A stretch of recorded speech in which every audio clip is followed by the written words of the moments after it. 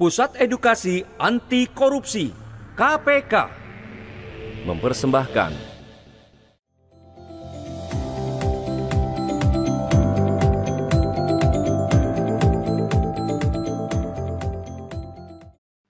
Semangat pagi! Pagi! Strategi pemberantasan korupsi dan rencana aksi berantas korupsi.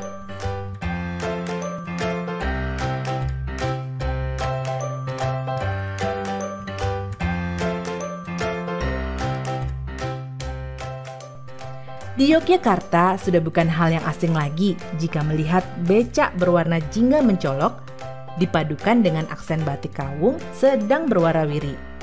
Akan tetapi yang lebih menarik perhatian adalah tulisan yang terdapat tepat di bawah aksen batik kawung tadi.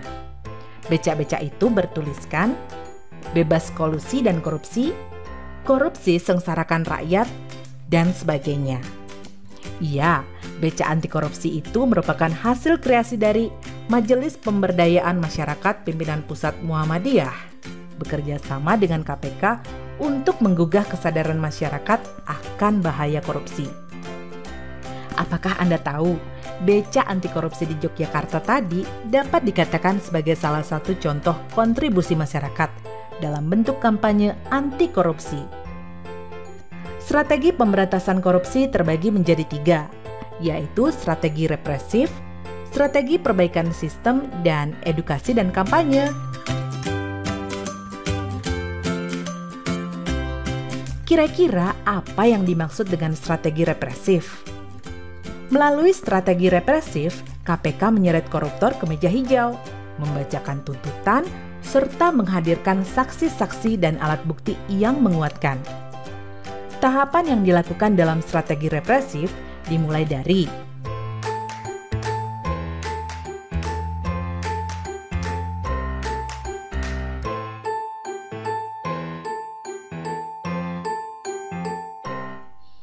Anda dapat menelaah lebih mendalam mengenai tahapan-tahapan strategi represif. Selanjutnya, perbaikan sistem. Di Indonesia masih banyak sistem yang justru membuka celah untuk terjadinya tindak pidana korupsi.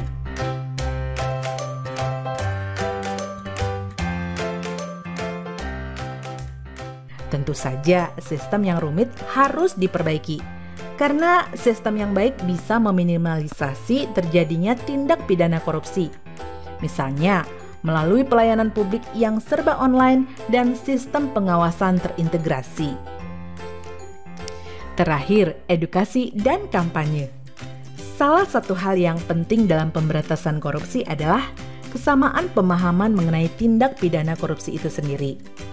Contoh yang paling sering kita lihat adalah pandangan pemberian uang terima kasih kepada aparat pelayanan publik yang dianggap sebagai hal yang wajar. Maka dari itu, edukasi dan kampanye merupakan hal yang sangat penting untuk dilakukan sebagai bagian dari pencegahan. Edukasi dan kampanye memiliki peran strategis dalam pemberantasan korupsi. Dengan demikian, seluruh masyarakat Indonesia dapat ikut turut serta beraksi dalam memberantas korupsi. Korupsi tidak dapat dibiarkan lagi. Sudah saatnya kita beraksi memberantas korupsi.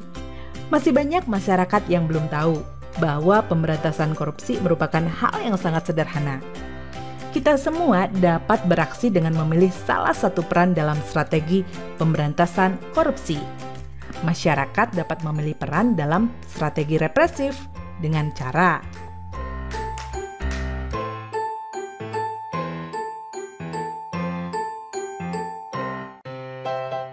Selain itu, masyarakat juga dapat memilih peran dalam strategi perbaikan sistem dengan cara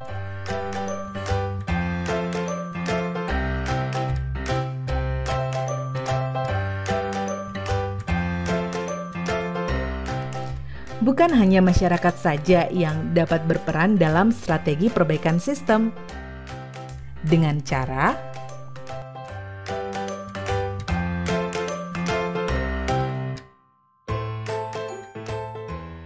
Dan masyarakat juga dapat memilih peran dalam strategi edukasi dan kampanye dengan cara menyesuaikan bakat atau kemampuan yang dimiliki. Sudah saatnya kita mulai berlatih untuk menjadi pribadi berintegritas.